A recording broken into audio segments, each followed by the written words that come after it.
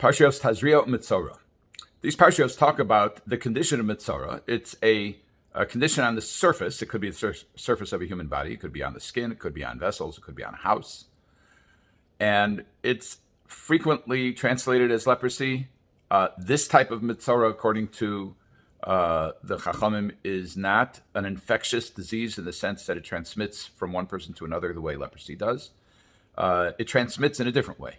And Chazal say that tzara'as, that's the skin condition, tzara'as is a result of spiritual malfeasance, doing something wrong.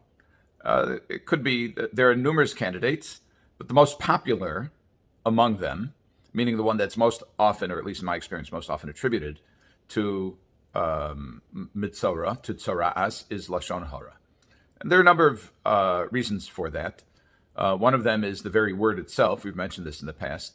M'tzora, it says motzi ra or motzi shem ra, is somebody who slanders or brings out bad. We also have in Vayikra Yud Gimel Mem Vav, which is 1346, it says about a M'tzora after he is isolated. It says Kol Yemei Asher Hanegabo Yidma Tamehu Badad Yeshem Chutz L'Machane Moshelo. That as long as he is afflicted with this condition, then he sits alone, badad.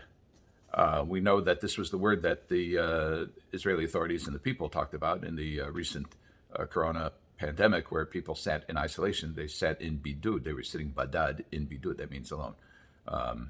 The Torah says about Bnei Yisrael that it's am levadad yishkon, that it is a people that will dwell in isolation. So badad means isolation, and Rashi explains that this badad is his sitting alone is in a direct response to his offense. Rashi on this verse says, why is this different than other people who are tameim, who are spiritually defiled? They don't have to sit alone. So Rashi explains, Hu hivdil b'lashon hara bein ish li'ishto bein ish l're'ehu. He separated with his evil talk, his negative speech, between man and his wife, between friends. So he, avhu yibadel, so he should also be separated. In other words, his speech caused separation, so therefore he must be separated. Now we know in Parshiyos M'tzora begins, the very beginning says, Zos tiyeh Torah M'tzora. These are the laws, or this shall be the applicable law for a M'tzora. M'tzora is a person who is afflicted with tzara'as. So the Medrash, and there's a parallel, the Medrash cites a story, and there's a parallel story in the Gemara. The Medrash says, Maaseh b'rochel echad. There's a story of a merchant, a peddler, typically somebody who sells besamim, but it could be others. Shahaya machazer ba'ayaros, shahayu smuchos l'tzipori. He was going around in the suburbs of Tzipori. And he was calling out, Man boy lemizban sam chayim. Who wants to buy the elixir of life? Otkinale. They were gathering around him. Rabbi Yanai havi Yosef pashat betor gline. Rabbi Yanai was sitting and learning pshat, meaning he was learning Torah in his on his deck. Shamai demachriz man boy saychaim. He heard that they were calling out, who wants this elixir of life? Amarle tosak lahacha zvonli. He said, "Come over here and sell it to me." Amar lav an tzarech lo u velo de kavosach. You don't need it, and others like you don't need it. Atrachale. So Rav Yanai pushed him. He prevailed upon him. Salik lagabe. He went up. Hotzilo sefer tilim. So what did this merchant take out? This seller of the elixir of life. He took out a book of Psalms. Heralo pasuk. He showed him the verse, Mi ha'isha chafetz chaim, oiv yamim leros tov, who is the man who desires life, who loves days to see good. Maxi basrei, what does it say afterwards? Nitzor l'shonchol meira, here it's quoting, it misses that. Sur meira v'asei tov. So guard your mouth from evil and stay away from bad and do good. It concludes with Bakei Shalom V'Adfehu. Seek out peace and chase after it. So Rabbi Yanai says, he responds, Kol yomai ho'yisi korei ha'posuk hazev lo yisi yodei echanu pashut. All my life, I read this verse and I didn't know how simple it was. Ad sheba rochel zev hodio mi ha'isha chavetz chaim. Until this merchant came around, this peddler came and told me, who is the man who wants life? So this verse itself is somewhat problematic because it starts out in third person. Mi ha'isha chavetz chaim. Who is the man who desires life? Ohev yamim, loves days. Liros tov, to see good. It's a little choppy, but the basic notion is, who is the man who wants life? Filled with life. And then it switches into second person, as if he's talking to somebody, not mi ha'ish, who is the man in a theoretical construct, what type of man, but rather you, nitzor lishoncha, you, guard your tongue, meira, usfasecha midaber mirma, and your lips from speaking duplicitously. Sur meira, vasetov, avoid bad and do good. Bakesh shalom v'rodfehu. What does this mean? So the Malbim explains that in some religious traditions, the notion is that only somebody who is disengaged from the world actually can achieve a meaningful spiritual level. And he says that's not the case in the Jewish theology. And in fact, we see here that somebody is miha isha chafetz chaim ohev yamim liros tov, person who lives large, or is capable of living large, of having, in the Malbim's words, hatzlacha, of having success. The implication is financial success. How can a person have success, financial success, accumulate wealth, and still be on the right track? So it's in the speech, making sure that you avoid saying negative things and that you seek peace. Okay.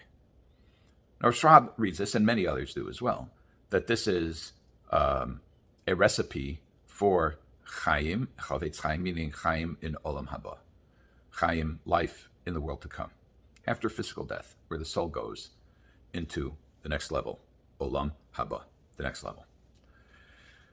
You could read this verse, however, as being very grounded in this earth, in this world, and you could read it to mean as follows: Mi ha'isha chafetz chaim, oiv yamim le'os tov. Now, one of the Meforshim suggests that when David HaMelech wrote this, what he was saying is exactly what the Rochel did, which is the peddler. He called out, "Who wants mi rotzeh man boi sam chaim? Who wants the elixir of life? Mi ha'isha chavetz chaim."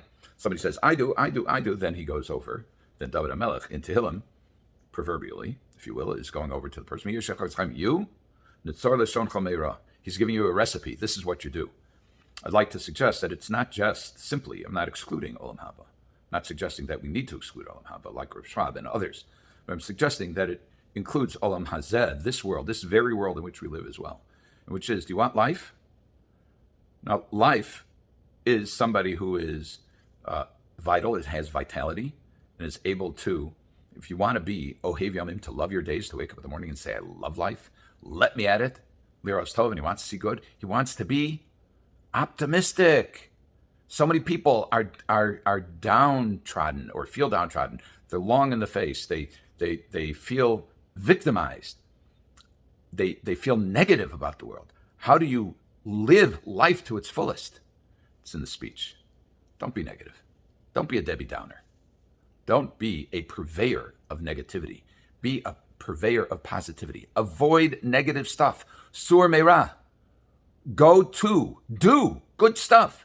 Do good stuff. Speak good things. Avoid being duplicitous. Speak the truth. Don't speak evil about people. Speak well of people. Bakesh shalom. Seek out peace, v'ordfeu, and chase after it. Some of the Meforshim explained that it's not like this seek out peace and chase after it is not a responsive mitzvah. It's not like, if you find a lost object, so then pick it up and return it. If you see somebody struggling with a beast of burden who's being crushed by his load, so then help him out and pick him up. Or if you see a bird in its nest and you chase away the mother. No, this is seek it. Go out to find opportunities to create peace. What this verse is saying, or these three verses are saying, according to this explanation, what David HaMelech, the composer of this psalm, is saying, you want to live life to the fullest? Be a positive person. It's easy to be negative about anything. We see this frequently in the news today. Don't be negative. Be positive. If you're positive, it will have a ripple effect. It will create positivity around you. People will like being around you because you're positive. Positive things will happen because you're positive. You will be alive. You will have vitality. Mi ha'ish hachafetz chaim, who's the person who wants life, ohev yamim, to love his days. L'ros tov, see good. See good. Talk good. Do good. Chase peace. Bring people together. You will have meaning in your life, and you will have life itself. Have a good Shabbos.